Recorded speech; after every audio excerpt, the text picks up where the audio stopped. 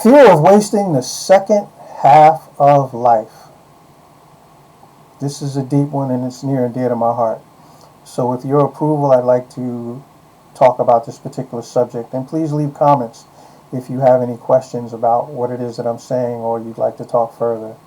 Many people reach a point in their lives when they start to worry about how they will spend the remaining years, their remaining years. It's a fear of wasting the second half of your life and can be and feel overwhelming. It often comes with the question of about purpose, missed opportunities, the desire to make meaningful change as we move forward, and understanding not only what's transpired, but what is it that I've done and what is it that I want to do next. So understanding this fear and learning how to address it can help you turn anxiety into motivation and into fulfillment for the future. Why the fear of wasting time arises. It's a fear that usually appears when a person realizes that a significant portion of their life has passed. It can be triggered by events. Those events could be milestones like birthdays, 40th birthday, 50th birthday, 60th birthday, that's passed and now they've reached those particular ages.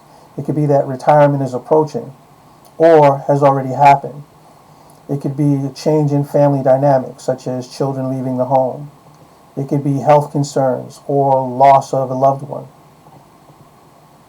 At these moments, people often reflect on their achievements and their regrets.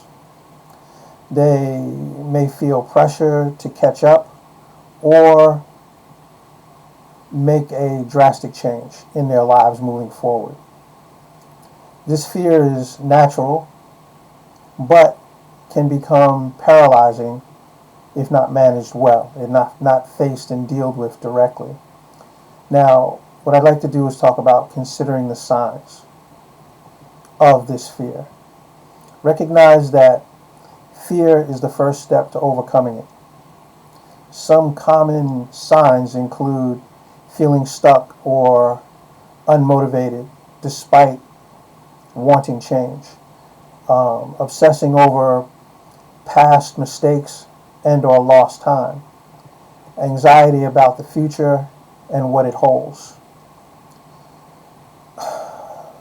comparing yourself unfavorably to other people who might have more success or you believe has more success than you, avoiding planning, setting goals. These things can induce fear and or failure. If you notice that your feeling or feelings are,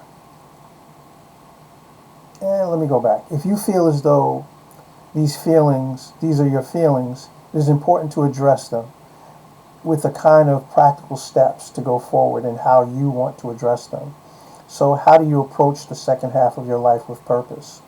The second half of your life offers a unique opportunity to grow, to learn, and to contribute. And here are some ways to do that. One, reflect on your values and your passions.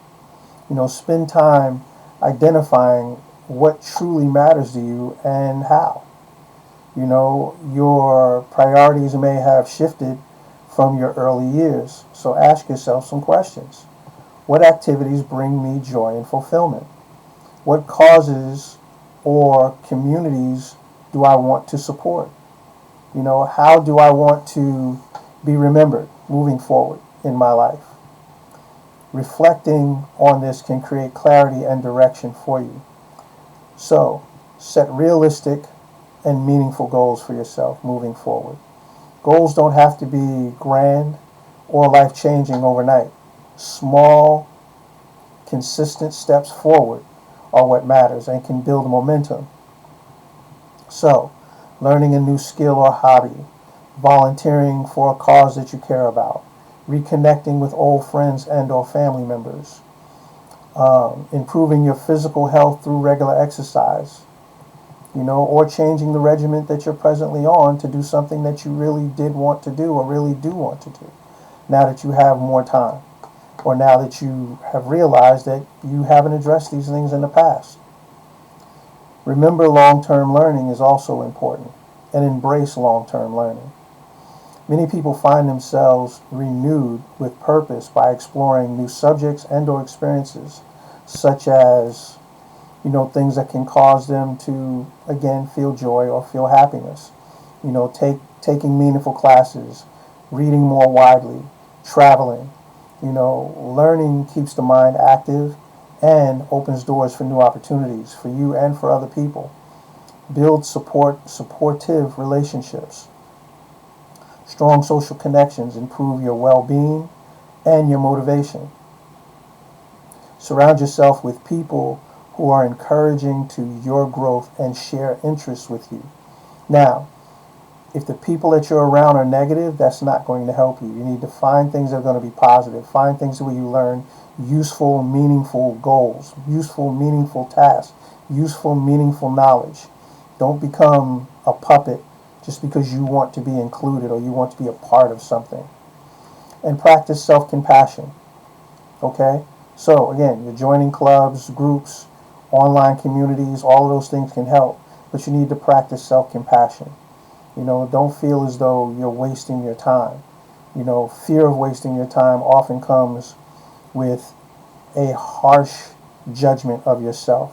Remember that everyone makes mistakes and everyone faces setbacks. Treat yourself with the same kindness that you would offer a good friend. All right? There's a lot of examples of this. You can look at Grandma Moses, who basically began seriously painting in her late 70s and became a famous folk artist. You can look at Colonel Sanders, the whole thing where he didn't start Kentucky Fried Chicken until he was in his 60s. You can look at Laura Ingraham Wilder, who published her first book in her 60s and started a beloved series that thousands and millions of people read. Those are just some examples, but there are thousands, hundreds of thousands more of people that are examples that didn't do things until their later years. So some practical tips for overcoming the fear and taking action. Write down your fears and challenge them with accuracy.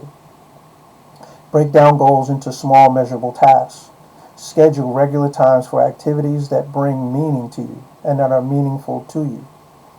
Okay, seek guidance from mentors, coaches, or counselors if needed, and celebrate progress, no matter how small.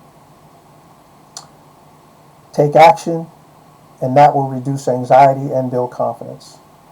With that, this is Mr. Z Inspires, and you have a great day. Thank you. Be well.